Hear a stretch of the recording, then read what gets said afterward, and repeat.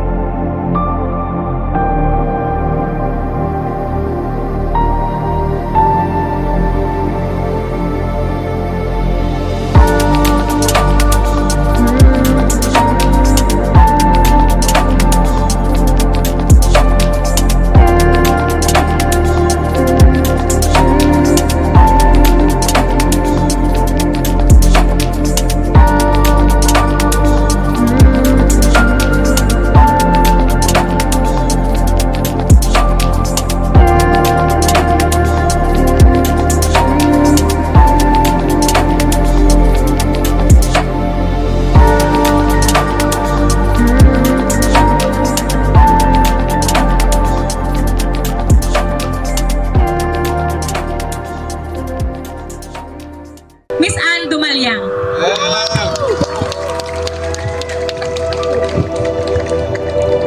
Hello, magandang umaga sa inyong lahat at maraming salamat mula sa pinakamalalim na bahagi ng puso ko na nakarating kayo ngayong araw at binigyan nyo kami ng iilang moments ng inyong holiday, no, para maintindihan kung ano yung nangyari, para makiisa sa aming adhikain.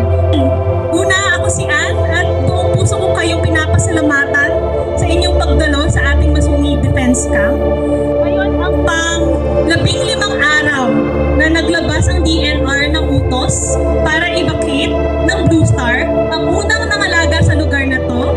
Sinimulahan ng aking tatay na hindi ko mahanap ngayon. Sa lugar na to, no? Sa isang lugar na higit 30 taon naming pinangalagaan, pinanambalik ang gubat, pinagtanggol at minahal. Ito ay hindi isang ordinaryong araw para sa amin. Ito ay isang araw ng pagkakaisa at pagtindig para sa Masungi, para sa kung ano ang tama at para sa kinabukasan na ating pinapangarap. Isang hinaharap na sa tunay na sustainability, justisya at malasakit para sa ating kalikasan at para sa ating pamana. Ito lang ang aming mensahe. We will not let the earth fall in the wrong hands. We will defend Masungi and we will show up, even in the worst times. Ang Masungi ay hindi lang isang lugar. Ito ay isang sanktuaryo. Ito ay isang pruweba na ang mga pribadong mamamayan working in good faith with government ay may kakayahang mag-transform ng isang degraded na lupain sa isang thriving ecosystem at isang source ng buhay at pag-asa at pagkakaisa. Pero sa kabila ng lahat ng ito, gaya ng alam ninyo, ikinansela ng DNR ang legal na proteksyon na nagtataguyod ng lugar na ito sa kabila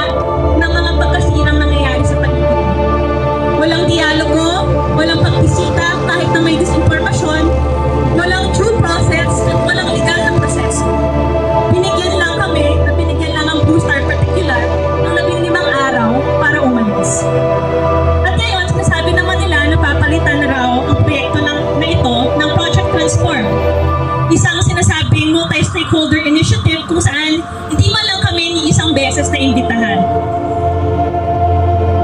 Imbes sa lokal na konteksto, ang kasama pa rito ay mga quarry groups, yung mga mismong grupo na matagal na naming nilabanan para maprotektahan ang lupain nito.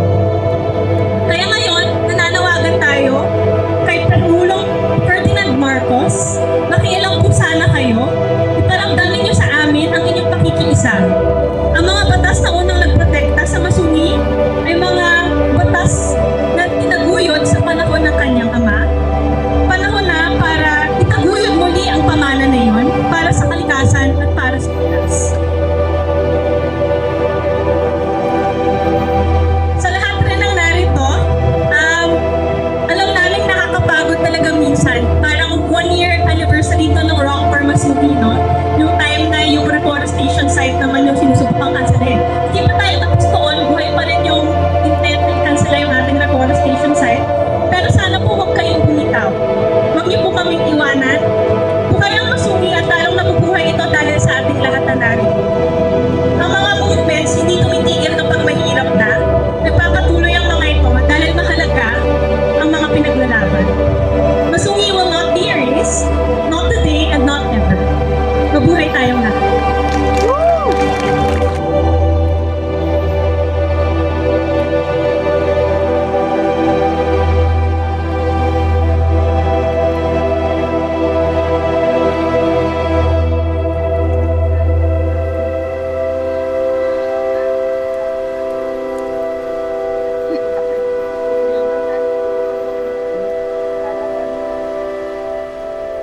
Save Masungi, save the forest, save animals, save our nature.